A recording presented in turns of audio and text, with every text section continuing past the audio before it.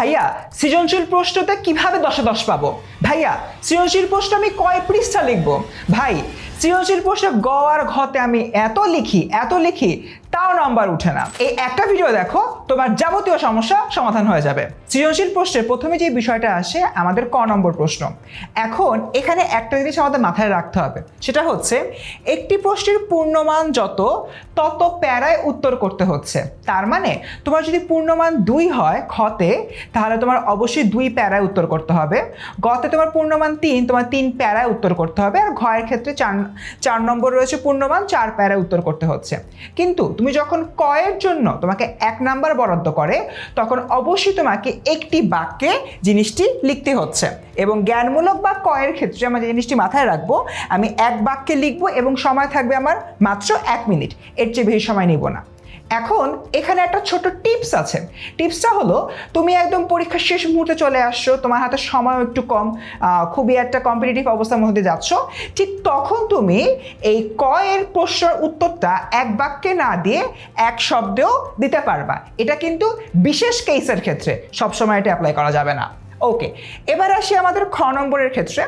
খ নম্বর বা অনুধাবনমূলক প্রশ্নটা যখন আমরা উত্তর করব, অবশ্যই আমার সময় থাকবে 3 থেকে 4 মিনিট।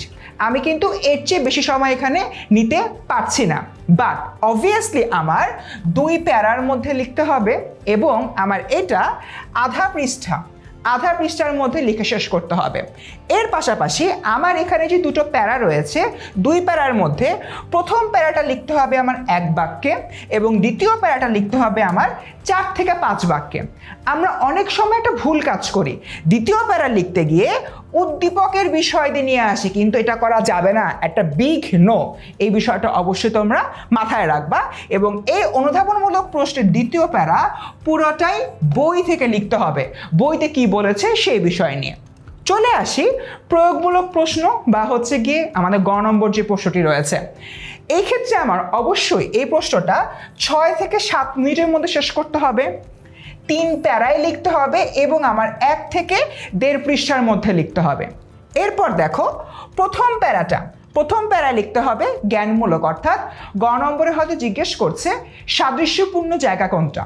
তুমি বলবা সাদৃশ্যপূর্ণ জায়গা রয়েছে, কিন্তু কোন দিক থেকে সাদৃশ্যপূর্ণ জায়গা রয়েছে এটা মেনশন করা খুবই জরুরি। একটু পর একটা উদাহরণ দেখবো, উদাহরণে তোমরা আরেকটু ভালোভাবে বুঝে যাবা। এরপর দ্বিতীয় প্যারা 3 থেকে 4 বাক্য নিয়ে আমরা কথাবার্তা বলবো এবং এটা কিন্তু পুরাটাই আমার বইয়ের থেকে লিখতে হবে, এখানে আমি কিছুতেই উদ্দীপক আনবো না। এরপর দেখি তৃতীয় প্যারা লিখবো 3 থেকে 5 বাক্যে এবং এটা আমার প্রয়োগমূলক হলো কি লিখবো, এখানে আমার বইয়ের কিছু অংশ আসবে, খুব বেশি হলে 2 বাক্য এবং বাকি পুরাটাই আমার উদ্দীপক থেকে এসে লাস্টে বলে দিতে হবে। এই কারণে উদ্দীপকের সাথে গল্পটি সাদৃশ্যপূর্ণ অথবা বৈসাদৃশ্যপূর্ণ। তবে একটা বিষয় মাথায় রাখবা, দ্বিতীয় প্যারার ক্ষেত্রে শুধুমাত্র বইয়ের থেকে লিখবা, বইয়ের বাইরে একটা কথা লেখা মানেই তোমার প্রয়োগমূলকের একটা মার্ক কেটে যাওয়া। এবার আসি আমরা উচ্চতর দক্ষতামূলক বা ঘতে। এই ক্ষেত্রে আমাদের সময় থাকবে 10 থেকে 11 মিনিট এবং প্যারা থাকবে 4টা। এই ক্ষেত্রে গ নম্বরে যে আমরা প্রথম 3টা প্যারার নিয়ম শিখলাম, ঘতেও প্রথম 3টা প্যারার নিয়ম সেম, এখানে আলাদা করে বলার কিছু নাই। কিন্তু ঘয়ের যে 4 নম্বর প্যারাটা আছে, এখানে তোমরা 2টা ভুল করো। নাম্বার 1, একটা সিঙ্গেল বাক্য লিখে শেষ করে দাও। নাম্বার 2, এই জায়গায় তোমরা কোনো সিদ্ধান্ত সূচক বাক্য লেখো না। সো তোমার এখানে যে জিনিসটা মাথায় রাখতে হবে, ঘ নম্বর প্রশ্নের 4র্থ প্যারায় এসে অ্যাটলিস্ট তোমার 3টা বাক্য লিখতে হবে। প্রথম বাক্যটা লিখতে হবে তোমার বই থেকে, পুরা বইতে গল্পটাকে বা কবিতাটাকে সামারাইজ করে লিখতে হবে। দ্বিতীয় বাক্যটা লিখতে হবে উদ্দীপক থেকে, উদ্দীপকের বিষয়টা 1 বাক্যে সামারাইজ করে লিখতে হবে। আর তৃতীয় বাক্যটা হবে তোমার সিদ্ধান্ত, সেখানে তোমার লিখতে হবে এই কারণে উদ্দীপক এবং বইয়ের ঘটনাবলী বিশ্লেষণ করে আমরা বলতে পারি মন্তব্যটি যথার্থ। কেন যথার্থ হলো, এরকম একটা সিদ্ধান্ত সূচক বাক্য তোমাকে কিন্তু আসলে দেখাতে হবে। এবার চলো তোমাদেরকে একটা উদাহরণের মাধ্যমে এই নিয়মগুলো আরেকটু ভালো করে বুঝিয়ে দিই। তো একটা সৃজনশীল আছে, সৃজনশীল প্রশ্নগুলো রয়েছে, দেখি। ক ক নম্বর, বাবা মার কোন আয়োজন দেখে শুভার হৃদয় অশ্রু বাষ্পে ভরে উঠেছিল। সো এখানে যদি আমরা দেখি দেখতে পাচ্ছি যে তার মা বাবার বিদেশ যাত্রার পরিকল্পনা গ্রহণ করার যে বিষয়টা, এটা দেখে শুভার হৃদয় অশ্রু বাষ্পে ভরে উঠেছিল। এই যে বিদেশ যাত্রা, এই বিষয়টা কিন্তু একদম শুরুতে আমি নিয়মে বলেছিলাম যে কারণটা তোমার এক বাক্যে বলে দিতে হচ্ছে, এটা তোমার জ্ঞানমূলক প্রশ্ন লেখার নিয়ম, শিখে ফেললাম। এরপরে আসি খ নম্বর, বলছে তুমি আমাকে যাইতে দিও না মা, শুভার এই অভিব্যক্তি দ্বারা কি বোঝানো হয়েছে। ক্ষয়ের নিয়ম পড়ার সময় কিন্তু আমি বলেছিলাম প্রথম প্যারায় এক বাক্যে কারণটা বলতে হবে, দ্বিতীয় প্যারায় তার ব্যাখ্যা করতে হবে। দেখি প্রথম প্যারায় কারণটা বলেছে কিনা। শুভার এই অভিব্যক্তি তার গভীর দুঃখ, ভয় এবং আশঙ্কাকে প্রকাশ করেছে। দেখো কারণটা কিন্তু বলে ফেলেছি, এই নিয়মটাই বলেছি। এরপর দেখো ক্ষয়ের দ্বিতীয় প্যারাতে আমি কি লিখছি। শুভা বুঝতে পেরেছিল তার পিতা মাতা তাকে কলকাতায় নিয়ে যাবেন ইত্যাদি ইত্যাদি, একদম কিন্তু খাঁটি বাংলায় বইতে যা রয়েছে সেটা, এবং ওটার মাধ্যমে কিন্তু আমাদের খটা শেষ হয়ে যায়। দেখো অনুধাবনমূলক প্রশ্নের নিয়ম পড়ার সময় বলেছিলাম প্রথম প্যারায় রিজনিং বলতে হবে, দ্বিতীয় প্যারায় বইয়ের আলোকে ওই রিজনিংটাকে ব্যাখ্যা করতে হচ্ছে। এক্স্যাক্টলি এটা কিন্তু আমরা এখানে দেখে নিলাম।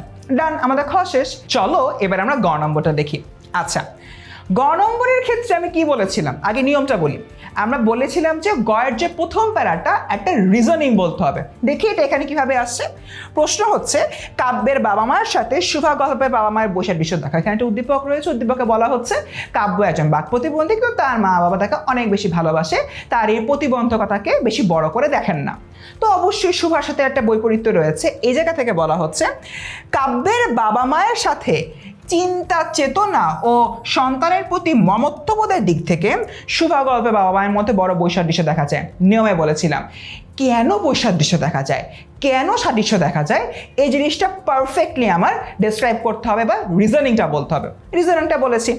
এরপর দেখি সেকেন্ড প্যারা। সেকেন্ড প্যারায় তো খাঁটি বাংলায় তোমার যে বইটা রয়েছে বইয়ের ব্যাপারে বলতে হবে, যে শুভা গল্পে শুভার কি অবস্থা ছিল, শুভার মা কেনা তাকে গল্পের কলঙ্ক মনে করতো, ইত্যাদি ইত্যাদি আমরা আলাপ আলোচনা করলাম।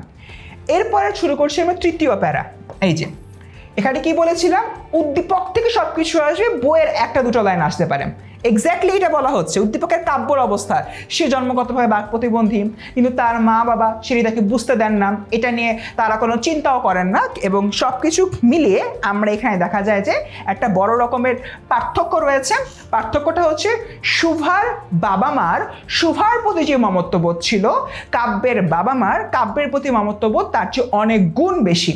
তাই এরকম একটা জায়গা থেকে তাদের মানসিকতা ও সন্তানের প্রতি মমত্ববোধের বিষয়টির প্রেক্ষাপট থেকে বলতে পারি তাদের মধ্যে বৈসাদৃশ্য রয়েছে। দেখো নিয়মে বলেছিলাম তোমার রিজনিং, এরপর হচ্ছে বইয়ের ব্যাখ্যা, উদ্দীপকের ব্যাখ্যা, একটা সিদ্ধান্ত। এক্স্যাক্টলি এভাবে আমরা লিখে ফেললাম। এরপরে আসি ঘ নম্বর। ঘ নম্বর কি বলা হচ্ছে, উপযুক্ত পরিবেশ ও পরিচর্যা পেলে কাব্যের মতো শুভ সমাজের একজন হয়ে উঠতে পারত, যুক্তি দাও। তো এতক্ষণ কিন্তু আমরা তিনটা প্যারা নিয়ে আলাপ আলোচনা করেছি গতে।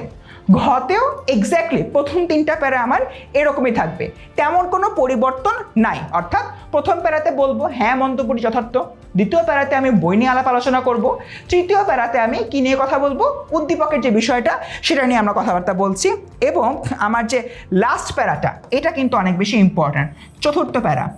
চতুর্থ প্যারাতে কি বলেছিলাম, উদ্দীপক থেকে একটা লাইন আসবে। দেখো কাব্য তার কাকির মাধ্যমে যে প্রতিভা দেখিয়েছে তা শুভার মধ্যেও ছিল, উদ্দীপক আর বইকে মিলিয়ে আমি একটা লাইন দিয়েছি। প্রথম লাইন শেষ। দ্বিতীয় লাইন, শুভা সৃজনশীলতা তার মনোবল তার অন্তর্নিহিত ক্ষমতা যদি খুঁজে বের করা যেত তাহলে হচ্ছে কি অনেক ভালো হতো, শুভ কাব্যের মতো হতে পারত। দ্বিতীয় লাইন শেষ। তৃতীয় যে লাইনটা এরকম একটা জায়গা থেকে তাহলে আমরা বলতে পারি শুভা কাব্যের মতো একটা সাফল্যের গল্প তৈরি করতে পারত। সুতরাং উপযুক্ত পরিবেশ ও প্রেরণা পেলে শুভাও সমাজের একজন সফল ব্যক্তি হয়ে উঠতে পারত। অর্থাৎ আমরা একটা সিদ্ধান্ত দিয়ে দিয়েছি। চতুর্থ প্যারার নিয়মের ক্ষেত্রে বলেছিলাম প্রথম লাইনটা আসবে উদ্দীপক অথবা বই থেকে, দ্বিতীয় লাইনটা উদ্দীপক অথবা বই থেকে তুমি দিচ্ছ, তৃতীয় লাইনটা তোমার একটা সিদ্ধান্ত আসবে। এক্স্যাক্টলি ওই সিদ্ধান্তটা এখানে বলা হচ্ছে যে উপযুক্ত পরিবেশ এবং প্রেরণা পেলে শুভাও কাব্যের মতো ভালো করত। তার মানে শিক্ষার্থীরা ক খ গ ঘ সৃজনশীলের এই চারটা প্রশ্নের যে চারটা ফান্ডামেন্টাল আমাদের নিয়ম রয়েছে, এই নিয়মগুলো যদি তোমরা মেনে লেখো এবং সময় যদি 20 থেকে 21 মিনিট ইচ সৃজনশীল এটা মেনটেন করো, তাহলে অবশ্যই সৃজনশীলও তুমি টপ মার্ক অর্জন করতে পারবে।